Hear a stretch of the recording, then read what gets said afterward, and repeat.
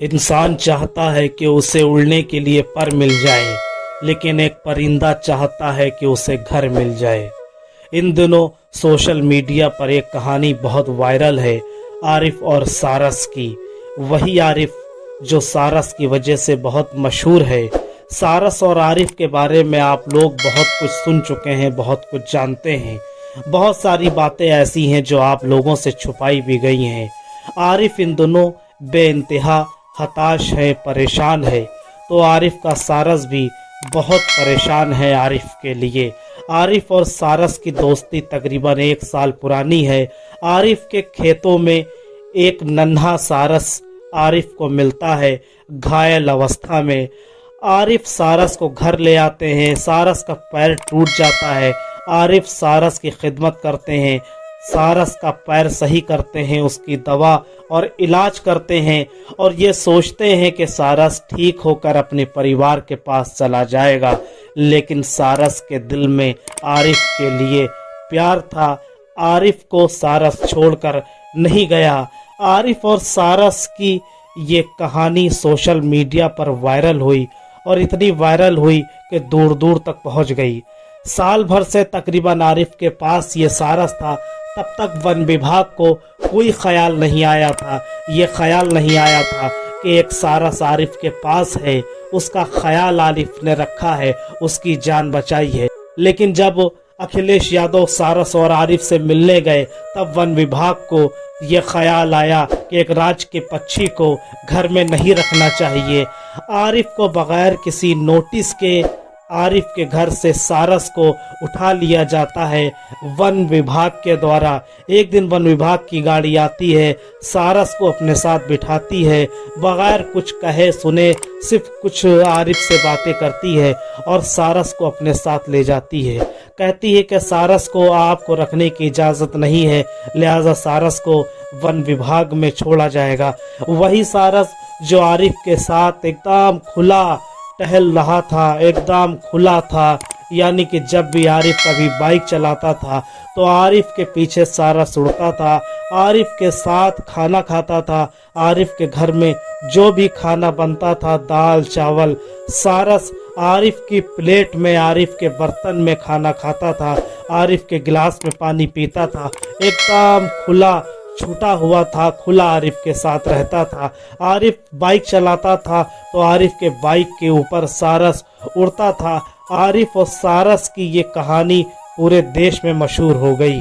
लेकिन जब वन विभाग उसे ले गया तो आज़ादी के नाम पे वन विभाग ने उसे पिंजड़े में कैद कर दिया।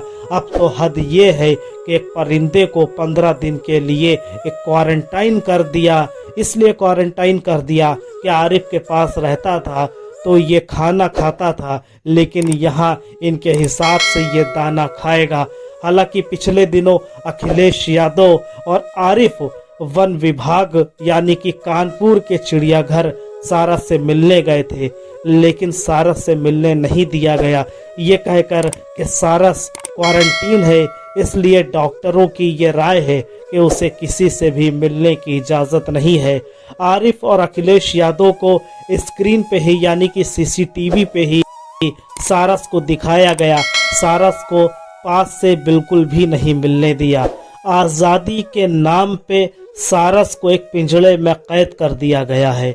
इससे अच्छा तो सारस आरिफ के साथ था, आरिफ के पास था कि वो खुले में घूमता तो था। जब मर्जी होता था जंगलों में चला जाता था, जब मर्जी होती थी तब आरिफ के पास आ जाता था, जैसे मर्जी होती थी उड़ता था, खाना खाता था, आरिफ के साथ घूमता था, फिरता था, बहुत खुश रहता था। लेकिन वन विभाग की टीम ले जाकर उसे पिंजड़े में बंद कर देती है। ये कैसी आज़ादी के नाम पे वन विभाग उसे ले गई है कि एक पिंजड़े में बंद कर दिया है। जब से सारस को वन विभाग ले गई है, सारस कुछ खा भी नहीं रहा है, कुछ पी भी नहीं रहा है। सारस बीमार हो गया है, सारस उदास रहता है, सारस आरिफ को याद करता रहता है। उसकी खामोशी ये बताती है कि वो अपने दोस्त को याद कर रहा है, आरिफ को याद कर रहा है। लेकिन ये कैसी राजनीति है जिसकी भेंट से एक बेजुबान परिंदा चढ़ गया सारस चढ़ गया। उसको सारस को अपने दोस्त आरिफ से जुदा कर दिया गया है। न जाने किसकी नज़र लग गई आरिफ को सारस की और सारस को आरिफ की। जो लोग आरिफ और सारस की दोस्ती को बर्दाश्त नहीं कर पा रहे हैं, वो लोग हिंदू मुस्लिम भाईचारे को कैसे बर्दाश्त करेंगे। आखिर किस मोड़ पे आ गया है हमारा समाज और हमारे समाज के बड़े लोग। हमें अपने समाज की इस सोच को बदलना होगा। हमें एक मुहिम चलानी होगी ताकि आरिफ का उसको दोस्त लौटा दिया जाए, सारस को उसका दोस्त लौटा दिया जाए, दो दोस्तों को मिलवा दिया जाए। अगर यही हाल रहा तो पिंजड़े में कैद सारस एक दिन इनकी बलि चढ़ जाएगा, इस सियासत की भेंट चढ़ जाएगा। एक दोस्त से दूसरा दोस्त जुदा हो जाएगा, सारस से आरिफ जुदा हो जाएगा, आरिफ से सारस जुदा हो जाएगा। मेरी सरकार से यही अपील है कि इस आरिफ को उसका दोस्त लौटा दिया जाए, सारस को उसका दोस्त उसका मालिक लौटा दिया जाए, सारस को फिर से आज़ाद छोड़ दिया जाए।